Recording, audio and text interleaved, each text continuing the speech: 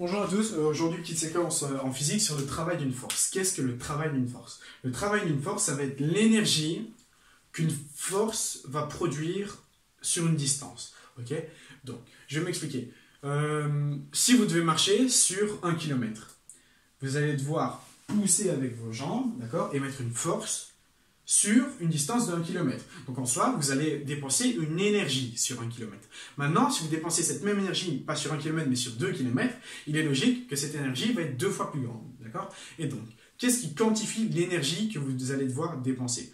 L'énergie que vous allez devoir dépenser, ça va tout simplement être la force que vous allez dépenser multipliée par la distance sur laquelle vous allez la dépenser. D'accord? Quand on y pense, c'est un peu logique. Okay? C'est la force multipliée par la distance sur laquelle vous allez l'effectuer, d'accord? Donc, comment on note le travail d'une force? Le travail, ok? En anglais, c'est work, hein, donc W-O-R-K, et donc, la lettre internationale qu'on a utilisée pour le travail, c'est W, d'accord? Et donc, le travail d'une force va se noter par la lettre W, d'accord? Et W, c'est quoi? W, ça va être la force fois la distance, ok? La force fois la distance dans un seul cas. La force fois la distance dans le cas où cette force est sur la distance. D'accord? Donc là, j'ai ma force et là, j'ai ma distance en tout. D'accord? Donc ça veut dire qu'il n'y a pas d'angle entre les deux. Ok? Donc, qu'on soit comme ça ou verticalement, d'accord? Le travail, c'est la force sur la distance. Donc, si vous devez effectuer un travail vers le droit, ok, donc vers le haut, avec une force qui est elle aussi vers le haut, alors vous allez avoir un travail. Okay?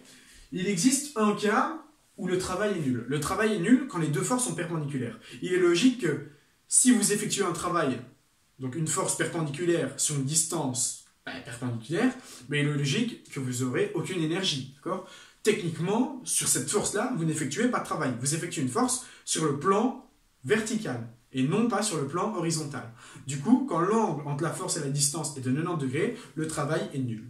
Okay? Et donc, on peut trouver une généralisation comme on l'avait fait avec les moments de force. Okay? Si j'ai une force qui fait un angle avec ma distance, d'accord? Un angle θ, on va la faire plus grande, ce sera plus clair. Okay? J'ai une force qui fait un angle θ. Eh bien, je ne peux prendre qu'une force qui est sur la distance, d'accord? Je ne dois prendre qu'une force, ok, c'est le principe du travail, c'est la force sur la distance. Elle doit être sur la distance. Ok? Et donc, si je dois prendre la force sur la distance, je vais tout simplement décomposer la force par ses composantes en x et en y. Ces composantes en x, elles sont ici, c'est la force fois le cosinus. Et ici, ces composantes en y, c'est la force fois le sinus. On a vu que le travail était nul lorsque j'avais une force perpendiculaire. Okay? Donc, si ma force est perpendiculaire à ma distance, le travail est nul. Alors, à ce moment-là, cette force-ci tombe. D'accord?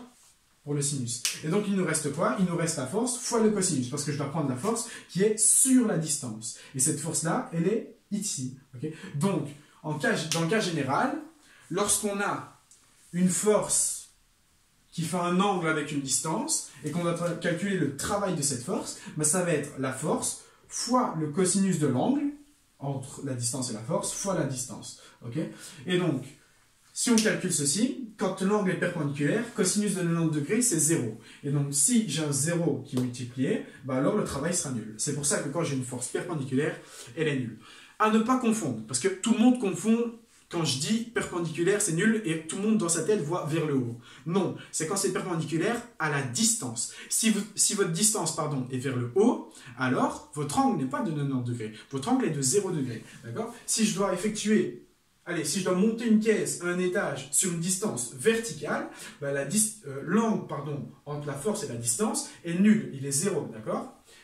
Après, si vous avez une force comme ceci, et que vous devez monter sur la distance, alors oui, votre angle est de 90 degrés et votre travail est nul. Okay? Donc, à ne pas confondre quand c'est vertical sur une distance verticale, et quand c'est vertical sur une distance horizontale. Okay? Voilà, voilà. Donc, ça, c'est la formule du travail d'une force. Alors, quelle est l'unité du travail? Une force, on sait que c'est en newton, d'accord? Et une distance, on sait que c'est en mètres. D'accord? Et donc, le travail, c'est avant tout de l'énergie. C'est l'énergie qu'on va effectuer, qu'une force, pardon, va effectuer sur une distance. Et l'énergie, dans toutes les sciences possibles, d'accord, que ce soit en chimie, en biologie ou en physique, l'énergie se quantifie en joules. D'accord? Joule, dû au nom du gars, je ne sais plus comment il s'appelle, bref, son nom de famille c'était Joule, et c'est lui qui a quantifié l'énergie. Il a dit que c'était en joules. Et en joules, c'est quoi? On vient de voir que c'était des newtons fois des mètres. Des newtons fois des mètres. Ça, ce sont des joules, ok? Des newtons fois des mètres. Ok. Ben voilà, je pense que la notion de travail est pas acquise, mais enfin voilà. Et donc, ce qu'il y a à retenir, c'est que le travail, c'est vraiment de l'énergie, d'accord? C'est quelque chose... En vrai, c'est pas que ça n'existe pas, hein. C'est comme une force, on peut dire une force est invisible, tandis qu'une distance, on voit la distance. Mais le travail, c'est de l'énergie, d'accord? De l'énergie. L'énergie qu'une force va produire. Okay? L'énergie sera d'autant importante si la distance est grande et si la force est grande. Plus la distance est grande, plus l'énergie qu'on va devoir fournir est grande, et plus la force est grande, plus l'énergie que vous allez devoir dépenser est grande, sera grande. Voilà, donc ça c'est pour le travail d'une force. Formule générale, F fois cosinus fois la distance, ok? Et donc c'est ça le travail d'une force. Bon voilà, alors, le travail d'une force c'est ceci. Maintenant, il existe aussi ce qu'on appelle la puissance. D'accord? On va le faire vite fait. La puissance, qu'est-ce que c'est? La puissance, ça va être l'intensité, d'accord? L'intensité que vous allez fournir, ok? Donc l'intensité, ça va être par exemple, allez, si par exemple je cours sur 1 km avec une force de 10 newtons, d'accord, et que j'ai un ami qui court sur 2 km avec une force de 5 newtons, ben on va avoir la même puissance, parce que le produit sera égal, ok? Et en fait, la distance, c'est quoi? La puissance, c'est quoi? La puissance, ça va être le travail que vous allez effectuer, donc l'ensemble du travail, divisé par le temps que vous allez mettre pour l'effectuer, d'accord? C'est l'intensité à laquelle vous allez effectuer votre travail, d'accord? Donc la puissance, c'est ça, c'est le travail divisé par le temps que vous allez mettre, d'accord? Donc on a une nouvelle formule qui dit que la puissance, c'est le travail divisé par le temps, d'accord? Donc delta de temps, ok? Et donc, c'est égal à quoi alors la puissance? Donc ça, c'est notre première formule. Après, on peut en déduire que, si le travail c'est F fois le cos fois la distance, on obtient alors que la puissance, c'est la force fois le cosinus fois la distance sur le delta de temps.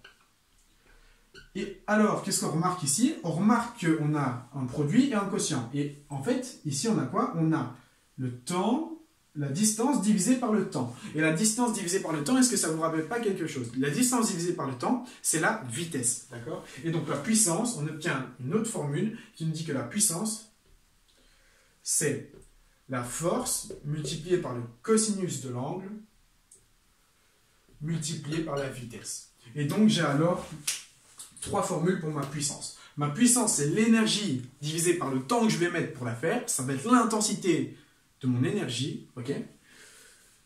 Mon énergie, c'est W, donc c'est ma force fois mon cosinus fois ma distance. D'accord? J'ai ma distance divisée par mon temps. Je peux les mettre en évidence, ce qui me donne la vitesse. Et donc, j'ai la puissance qui est égale à la force fois le cosinus de l'angle fois la vitesse. Ok? Le cosinus de l'angle, c'est pas parce qu'on n'a plus la distance que le cosinus il devient n'importe quoi. Le cosinus de l'angle, c'est toujours l'angle entre la distance et la force. Okay? Donc, puissance, c'est le travail sur le temps, et le travail, c'est l'énergie qu'on va faire globalement, et ça va être la force sur la distance sur laquelle on va l'appliquer, d'accord? Et donc, force fois distance. Si on a une force avec un angle, nous, il faut que la force soit sur l'angle, et donc on doit prendre la projection du cosinus, et donc, il vient de là, notre cosinus, d'accord? On doit prendre la projection du cosinus. Voilà, donc c'est déjà fini pour les formules de travail. Donc ce qu'il y a vraiment à retenir, c'est que le travail, c'est l'énergie qu'une force va appliquer, d'accord? Donc généralement, c'est pour ça qu'on appelle le travail une force, parce que c'est la force qui va définir le travail. Et ce travail, c'est la force fois la distance sur laquelle elle va être effectuée, d'accord? Donc, si on prend un schéma, c'est la distance ici, et donc c'est la force sur la distance. Voilà. Si on doit représenter graphiquement, qu'est-ce que c'est? Ok? Donc le travail, c'est la force fois la distance, mais alors la force, s'il y a un angle, on doit prendre le cosinus, ok? Voilà. Et la puissance, c'est quoi? La puissance, ça va être l'intensité de notre travail, donc ça va être tout le travail qu'on va effectuer divisé par le temps qu'on va le faire, d'accord? Comme ça, on va avoir une unité de puissance, d'intensité, d'accord? Mon W, je l'écris comme ceci, j'ai distance sur le temps, et j'obtiens une nouvelle formule pour la puissance qui est égale à la force fois le cosinus fois la vitesse. Voilà, voilà. Bon, bah c'est fini pour cette séquence. Je vous remercie de votre attention, et c'est quelque chose qui apparaît très souvent en physique. Hein. La puissance, que ce soit en électricité ou même le travail, ça intervient tout le temps. Alors, essayez de le retenir.